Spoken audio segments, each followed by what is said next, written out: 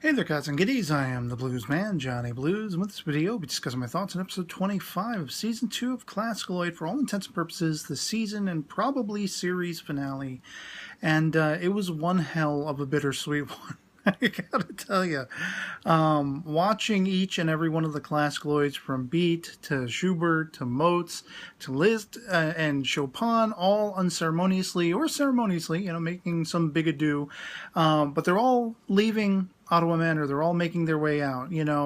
This following on from, of course, Kyoga and Himeka, who take Wakun with them. They're going to go exploring the Mariana Trench and everything, deep sea wonders and all that kind of stuff. And it's, the whole thing, it was really kind of melancholy, and I was really kind of getting misty-eyed, thinking, wow. The other leg really dropped genuinely, that this is all coming to an end. It's all coming to a close, and they're all kind of sort of going their separate ways. And there was some question raised by Kanai, to Liszt, is this all for my benefit? Is it because, you realize that I'm sort of living a confined life, and you want me to grow and evolve and experience things and not be, wholly and fully encapsulated to this one sort of lifestyle where I'm, a den mother, seeing to the maintenance of Ottawa Manor, seeing to all of you guys and all this kind of stuff. Is it for my benefit? You want me to leave the nest? And, of course, Liszt doesn't, come right out with anything. She just kind of says, you're overthinking it maybe a little bit. And all the while, Sosuke, poor put upon Sosuke, is losing his ever-loving mind. Because everything he's experienced in these 2 seasons, he's got nowhere amidst all of it. He wants to be popular. He wants to be recognized. And I like that, he is met with a sense of challenge via Beethoven and Mozart, the 2 ClassicaLoids that really started it all. And I think he encountered them before anyone else did, going back to season 1. And so it's them who sort of, dropped the reality bomb on him in the estimation that you're not looking to be creative. You don't want to unleash music, to be artistic. You just want fame and popularity and recognition and all that kind of stuff. And, Sosuke, for his part, he recognizes that. He goes back to Ottawa Manor, and everyone has gone. The place is, for all intents and purposes, deserted. Kanai is the last to leave. She's deciding to pick up with her father and mother and little brother now, in Wakun, on their deep sea explorative adventures and such like that. And so, of course, she gives Sosuke a spare key, and he can come and go as he pleases. All the bills, all the, backlogged money that was owed and whatever like that was paid off by Wakun. So they pretty much have a free go of it, whatever they want to do. And Sosuke can come and go as he pleases, visit the mansion, and it was interesting because at the beginning of the episode, Kyogo lets slip, there's something about Hashi I forgot to mention. And immediately, within seconds, I'm like, oh, crap, he's a ClassicaLoid, isn't he? Because they start the episode with, of course, Dobo-chan having his wishes all but answered to become a humanoid ClassicaLoid via Kyogo's, experimentations and whatever like that. I guess he's got a clone body all at the ready, and they're just about, to hit the switch to transfer all of his brain, chemistry and matter and all that kind of stuff, memories and the essence of his being carried over into a humanoid body. And then there's a bing bong at the doorbell. And it's this train company who wants to use him as a mascot. And then it's all well and truly forgotten, turning him into a human being. He loves the idea. He'll be on trains all the live long day. He'll be the face of train culture, of that traveling lifestyle. And it floored me. I was kind of disappointed, I got to be honest.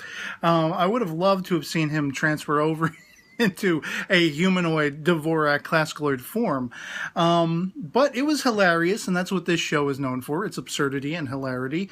And again, so that's why I was so surprised all the way through with all these characters realizing it's time to depart, it's time to go out in search of the world and not, sort of relegate ourselves to the status quo, to stagnation, as, brought about in the discussion by Beats.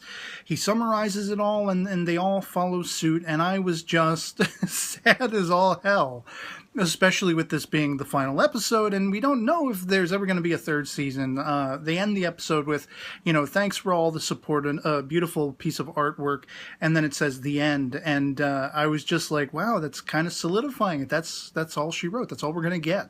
But of course, I leave out at the very end the whole aspect of Hashi, coinciding with Sosuke's mental breakdown. He goes to that organ in the centerpiece of one of the rooms in Ottawa Manor, and he slams his hands down on it. And the next thing you know, there is a groundswell of music. And I'm like, whoa, did he do it? Did he actually do it? But no, they give you these little fleeting glimpses edited into the sequence of feathers holding like a conducting rod and everything like that, whatever it's called. And it's Hashi. Immediately, I knew it was Hashi, and I was like, holy hell.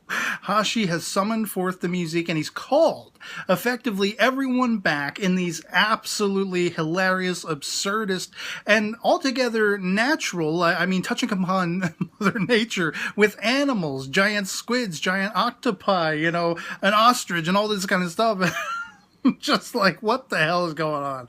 And everyone gets forced back into Ottawa Manor, with the exception, of course, of Kyogo Himeka and Wakun, who made it only so far before realizing, wow, it's going to cost a hell of a lot of money to go and create a deep-sea diving vessel or something like that. So put it on Kanai's shoulders. All the debts are back, all told. And so, Sosuke just breaks down crying. He's like, it isn't time yet. I'm not ready yet for everyone to move on. Let's just spend a little longer, together. Let's let this be the status quo. Let's resign ourselves to it for a little while longer and give us more time, more breathing room to evolve to that next step. And of course, they all sort of feign to whatever Kanai's wishes are. And once she gets off the phone, finding out, Daddy Dearest set her up with a whole crap-load of debt again because of his deep sea diving wants and such like that. It's literally all put back to status quo by the end. And I absolutely loved it. And the whole aspect of Hashi being a ClassicaLoid, I was racking my brain. I'm like going over all of the composers that I could think of. I even Googled it. I'm like, classic composers, let's go through the names and see who could it be. And there were no classical composer names that stood out to me that Hashi would really be a befitting nickname for under just classical composers, whether European or whatever. And for some reason, it occurred to me, look up Japanese composers. And in the listing of Japanese composers, there is one particular composer who is synonymous with having scored over 100 different movie scores, including a whole handful of Miyazaki films and Beat Takeshi films and such like that. Joe Hisaishi, aka Mamoru Fujisawa. And I'm looking at that name, Joe Hisaishi, and I'm like, wow, is this maybe like a little wink and a nod to Joe Hisaishi, this famed composer of so many anime films and probably live action films? I'm completely unfamiliar with his work. I really haven't watched a whole hell of a lot of Miyazaki films, but of course I recognize the name being an anime fan. And it makes sense to me. Of course, if I'm wrong, if I'm way off the mark, that it isn't an homage to Joe Hisaishi, the character of Hashi, this shoebill, for all intents and purposes, who is a ClassicaLoid, proven to be by the end of this episode. And I think, somewhere during the first season, I must have speculated, could Hashi be one? But, it was something that completely slipped my mind. And but there is the precedence for it now, because we had Dovo-chan this entire second season, who is a pygmy hippo. So, yeah, a shoebill bird, it makes sense that he would be, if he's living there, He's been a ClassicaLoid all along. But that's the only thing I could really think of as far as, who this could be an homage to, where they might have taken the name from. And what I was about to say is that, if I'm wrong, if I'm incorrect, I would love to, be given the insight as to what, famed historical composer, classical composer, or otherwise, this might be a reference to. I really came up short. I couldn't come up with anything until I saw the name Joe Hisaishi, and I realized, wow, he has put in so much work, over his career, and really given, life to the musical scores of so many films and the Miyazaki films to boot. I mean, it just seemed like a natural, no pun intended, shoe-in that he would be the shoe Bill. Like, so I don't know. But yeah, as finales goes, this was much more emotionally impactful than I thought it was going to be. It was much more melancholic and had me damn near misty-eyed through the entirety of it, because I genuinely, as I was talking about in my previous episode discussion video for the penultimate episode, I said from day one, I fell in love with this series. I've had a growing passion and curiosity for classical music. I used to describe music as being the fire that burns in the center of my soul. I even have been a performer, at certain stages in my life.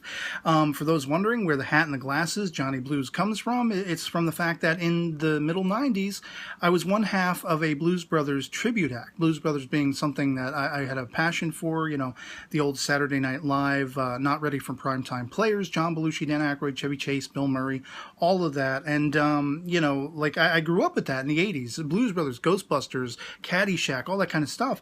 And so for a brief stint in the 90s, a couple of different people and I worked together as part of a Blues Brothers tribute act because of my love and passion for music. And it wasn't just blues, it was of all eras, from the classical music that is on display in this series as having been composed by all of these composers, to big band swing era stuff from the 30s and 40s, to, doo-wop in the 50s and 60s, to rock and roll and then hard rock and heavy metal and, all through the 70s, 80s, and 90s, alternative rock in the 90s, and everything like that. I mean, reggae, and just, I have a passion for music. And, I think that's maybe something that is synonymous with the creators of this show. They must have had a love for music to go above and beyond in so many ways to, sort of let the world know, let them reflect on, hey, this is the music that came before us. This is the artistry, the craft, these wonderful melodious products of the minds of some of the most incredible human beings that have ever lived and existed on the face of this planet. And then going steps further to contemporize it and make it modern and, touch upon the lives of it. Even in this final episode, they touched upon the lives of Beethoven and Mozart, the two ClassicaLoids that started off the entirety of the adventure by calling back on what they were doing at the age of 16, the age Sosuke is now, and how much they were already accomplishing blows my ever-loving mind. It blew Sosuke's mind, and it will give anyone who is that age and beyond, who is maybe, still working a menial 9-to-5 job or whatever, being less than successful with any creative pursuits, it's going to give you all these self-doubts. It gives me self-doubts. Like, oh my God, I'm an aspiring writer and I've gotten nowhere yet. They were already doing all of this tremendous work at such a young age. So it's understandable, where Sosuke was coming from, feeling like just the end of his nerves, the entire breakdown of his nerves and his sensibilities. And but it is that love and passion for music that has been synonymous with the series all throughout. And again, bringing it back around to the idea of Hashi being a ClassicaLoid, and it would make perfect sense to me that Joe Hisaishi is who was being paid homage there, with that love and passion for music as it has been depicted in this show. So that's really all I can say. I'm going to miss this show terribly. I may go back and start watching it from the first season again, just to, not lose touch with it, because I love it so much and I'm going to miss it terribly. And I'd love to hear from you guys in the comments below if you've stuck with the show, if you've watched my reviews and discussions about it and everything like that. Love it or hate it, anything goes in the comments below. But what did you like about the show? What didn't you like? All that good stuff. As long as we have a great conversation. And so yeah, I mean, it is still bittersweet because this is the end of it, tentatively for now, if not forever. And we can always fall back on those episodes that exist, but I would love to see more in the future. But who knows? Who knows what Don Quixote can accomplish, as the saying goes. And so yeah, otherwise it'll be pretty much it for me on this. Hope this video finds you well, and I'll catch you all later. Peace.